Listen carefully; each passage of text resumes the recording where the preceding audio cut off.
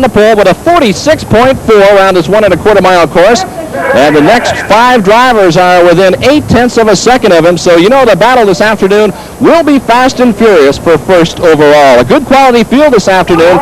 22 boats trying to qualify for just 20 spots this afternoon. And we're going to keep our eye on the leader today, who is on the pole, who is driving the General Weld supply machine. Jim Godaz, who has in the past done well, but this is his first opportunity to really run an SST 140, so we'll see how he does this afternoon. Some good quality drivers behind him. Harley Wilson, as we mentioned, who qualified 4th, is the overall champion from a year ago. And the boats are away, and they take off as they start to get away from the dock. But there, Jim Godaz, our leader, right in front in the red boat, was stalled at the dock, and he has dropped way back right away. So the man who is really getting his first taste of SST 140 racing, maybe the nerves got to him because he got stalled at the dock, and not a good start for the man from Bridgeport, Ohio. And as the boats come through pin number 1, we watch them, some taking the inside route, others taking the outside, all looking for that optimal lane right now to get an opportunity to move up quickly. Now we look back for our leaders. It looks like it's Danny Critchfield, the man from Jacksonville, Florida, who qualified in 5th place, driving that beautiful Burgess machine, a boat that he just got a matter of a week ago, and he looks like he has rigged it out right. There it looks like he missed the buoy as he came around turn number 4. You could see him. He had to back off a little bit and reposition himself and come away. So the man from Jacksonville, Florida, a rookie, running in tunnel boats for the very first time, making a mistake. And there you see a boat that really made a mistake. The driver, number 34, Terry Mitchell, out of Tallahassee, Florida, literally dove into the wave as he made the corner too quickly. And he really just took the boat and he dove into the wave, and he had to slow way up, back off the throttle, and have to restart again, and he lost a lot of time. Big mistake for Terry Mitchell, and he has dropped to the back of the pack. As we come back to our leader one more time, Danny Critchfield, as he comes by down the back straightaway. Here he's reaching his optimum velocity here as he airs the boat out. You can see him trying to find his way through here. As we mentioned, just getting his first chance to run the boat for the first time this weekend. Did very well, as we mentioned. He qualified all the way up into 5th place, and he's a real surprise this afternoon. Now we look back at the man in 2nd place, Jim McKay out of Modesto, California, driving that Seabold hull. There you can see how much of the water is actually touching the boat. Not much, because these boats are really aired out. These tunnel boats are made to fly across the water. Maybe only the last 1.5 feet of the boat in that sponson, and maybe half of the propeller is actually touching the water. Just amazing how these drivers are able to handle the driving skill. We had a chance to talk to Harley Wilson about the differences of the engines just before the race. Well, our motors are, we've got special lower units, racing lower units. We've got plastic reeds and different carburetors, and it all turns left-hand. Where your normal motor that Mercury puts out turns 6,000 RPMs. We turn ours 8,500. But you got to understand, it's a stock power head, so we get a lot more out of the motor. It's amazing, these engines, pretty much the same engines you can buy when you go water skiing with a boat like that. As we come back and take a look at the lap counter, we're past lap number 13, and Jim McKay has now passed Danny Critchfield, a rookie out of Florida. So McKay has jumped off into the lead. That's McKay now making the corner here on turn number 4. There's an accident. You can see a driver is missing from that boat, and there he is. And it looks like it's boat number 17, Ken Davis, driving the Hodges out of Walterville, Georgia. Davis now signaling, and now there's another boat coming up. It looks like it's George Stocker and the pole sitter, Jim Godaz. So what's interesting here is the camaraderie with these drivers, trying to help out the other driver as quickly as possible. They've actually got there before the rescue boat has, and there you can see the fiberglass. It looks like Ken Davis, the 32-year-old, actually went forward, went right out of the boat in the front. It must have dug in and submarined into the water, which would have sent him right off into the drink and broken that fiberglass. There you see the rescue crew coming up to help him out. He seems to be okay, but we'll have to wait until they get him actually out of the water to get a better vantage point to see if he is moving around well. There you can see another diver coming out to make sure that he's okay. He's just stepping up. He seems to be okay. So Ken Davis has ended his day this afternoon, and he is getting back into the rescue boat. The race has been stopped. We've got 26 more to go. We'll be back after this.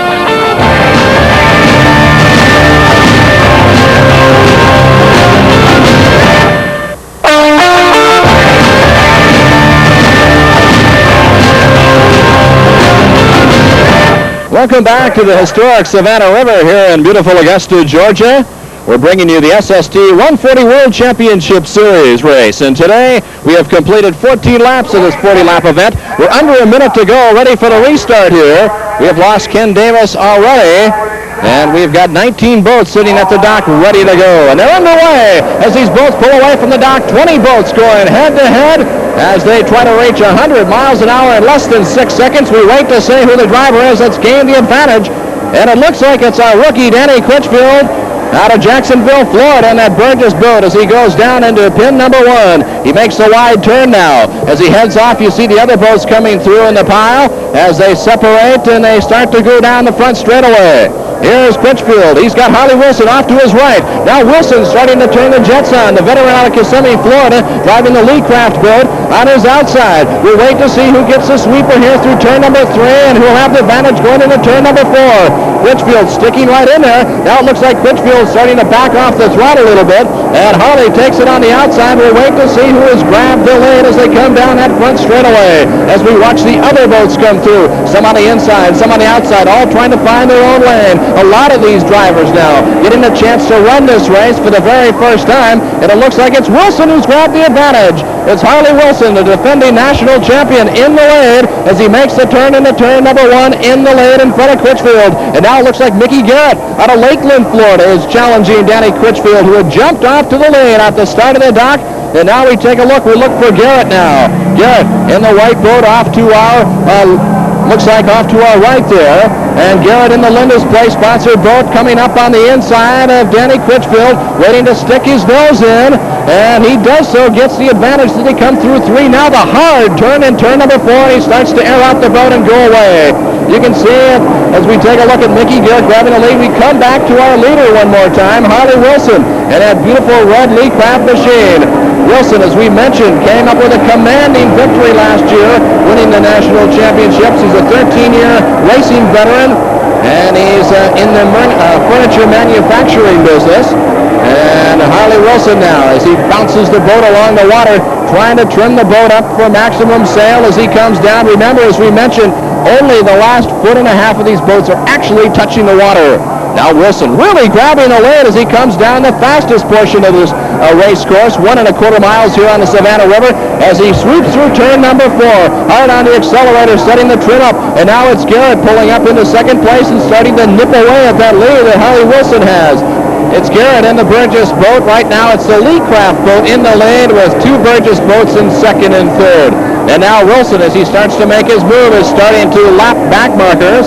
There you see Jay Price out of Louisiana moving over. There you see Harley Wilson taking the inside route. They sweep through turn number 1 very close. They clip the apex. Then they move up into turn number 2, and that's flat out all the way down that backstretch. You can see they come very close to the shoreline. As we look back, we have 17 laps completed. Harley Wilson in the lead. Remember, there's a 40-lap event this afternoon here in Augusta.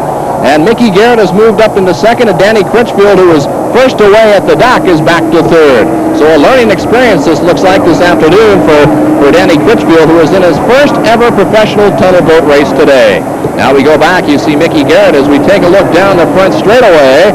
And you get a chance to see this tremendous crowd here this afternoon from Augusta. Harley Wilson, the furniture manufacturer out of Kissimmee, Florida, making that quick turn through turn number 1. And we can see Mickey Garrett coming up right behind him. So it's Wilson out in front. And with Garrett back in second, we go and take a look at some back markers here as they come through turn number 1. Let's watch the progress. Some taking the inside route there. Others like to go a little bit wider as they come through. There's Mark Trotter coming through. Jim Godaz! Jim Godaz has tagged him.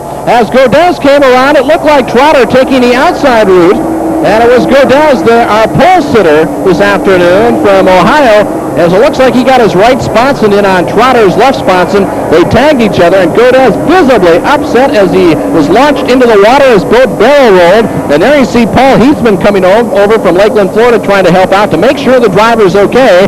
The race has been stopped, and as we come back and take a look at the replay again, there you see Trotter in the white boat, and Godaz with more speed trying to find the inside lane. There he tags him, and immediately Godaz barrel rolls the boat, this brand new Seaboat build hull, And that's what happens when a driver meets another one when they're both doing about 80 miles an hour. There Godez now trying to push off his boat. And there Trotter is hanging on to the last bits of real estate with that boat, standing up on the very top, hanging on to the sponsons. And now he has jumped into the water. His boat's starting to drift backwards from him. And here comes the rescue boat picking up one of the drivers. It looks like it's Jim Godez. And we're going to have another restart here from Augusta. We'll be back with more racing right after these timeouts.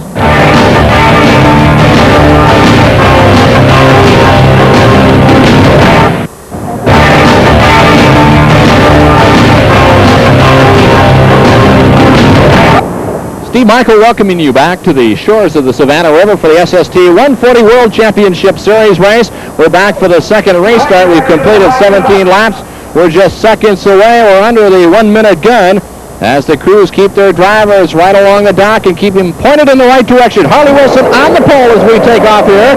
As not every boat gets away, you can see him maneuver as they try to set up for the optimum line as they go into pin number 1. These boats going from 0 to 100 in just a little more than 6 seconds as they go off into pin number 1. And it looks like it's the rookie Danny Critchfield from Jacksonville, Florida, and that Burgess boat has jumped off to a lead. And now there's a boat that's dead in the water.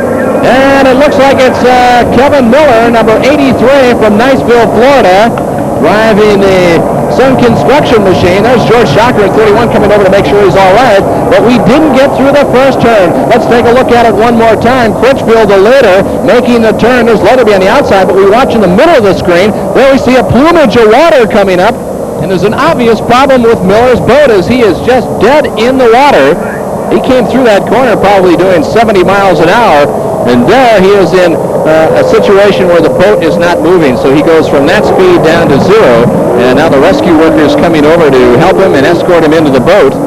Specially prepared boat here on the IOGP Tour to help the drivers as easily as possible going from the water and getting them into the rescue boat. So as the boats head back to the dock, we'll have another restart here. As you look down the dock farther, it looks like a boat may be sinking. And it looks like from the colors it could be Jim McKay out of Modesto, California. And there we see our leader, Harley Wilson, and he's got a problem with the back left side of his boat. It looks like a hole, and there's Harley leaning up toward the front, so he may have water in that boat. Let's take a look one more time as we see the boats heading down into pin number 1. We look toward the center of the screen, and there is the accident, and there's Miller going over, and it looks like what happened here is that Harley on the outside cut Miller off in the corner, and Miller had nowhere to go, and he hit him with his right sponson, and that immediately flipped the boat over, barrel rolled, sending Miller into the water. So Miller out of this race, and it looks like Wilson is also out of the race, and we have the 1-minute gun going off by Chief Starter Mike Tomlinson, and we take a look and see Danny Critchfield sitting there second with Mickey Garrett on the pole. We'll have our third restart of the afternoon here. So these drivers getting accustomed to driving against each other here in these new boats. As we mentioned, this tour has only been going on for 2 years. And these stock outboards, very exciting for the fans. They're sure enjoying the show this afternoon as the boats take off from the dock now. The drivers setting up the trim, trying to get optimum speed here, heading up to 100, 110 miles an hour. As these boats will all gather up into pin number 1, we'll see who's grabbed the optimum lane and who will have the lead as they make the corner here. And again, it's Danny Critchfield, the rookie out of Florida, who's got a perfect turn as he heads down the back straightaway. There we see the back markers as we make sure everybody gets clean through that first corner. It's been a critical corner this afternoon, and it looks like everybody's made it through.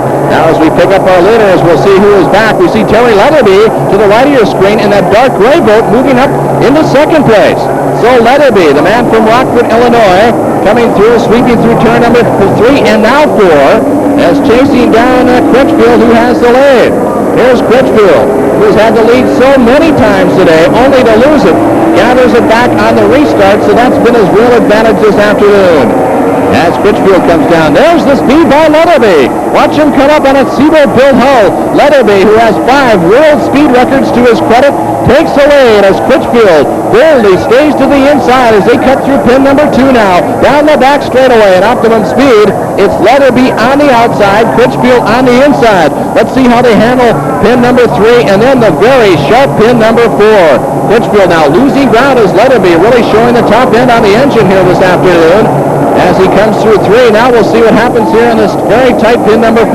Leatherby taken to the inside. Now Critchfield ducking way to the outside, and it's Mickey Garrett who takes the advantage as Garrett moves in and gathers up a lot of real estate as he nips through Critchfield. Great action continuing here. We're going to come back with more exciting SST 140 racing from Augusta right after this.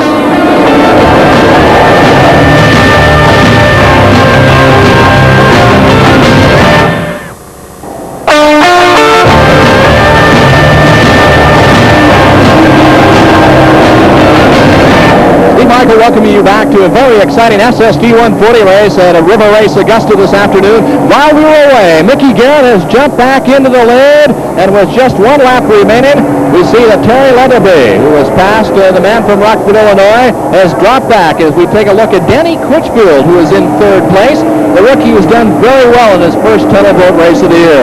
There you see it as they come around for the very last time. They'll take the white flag remaining. That means one lap remaining on this 1 1/4 mile racetrack.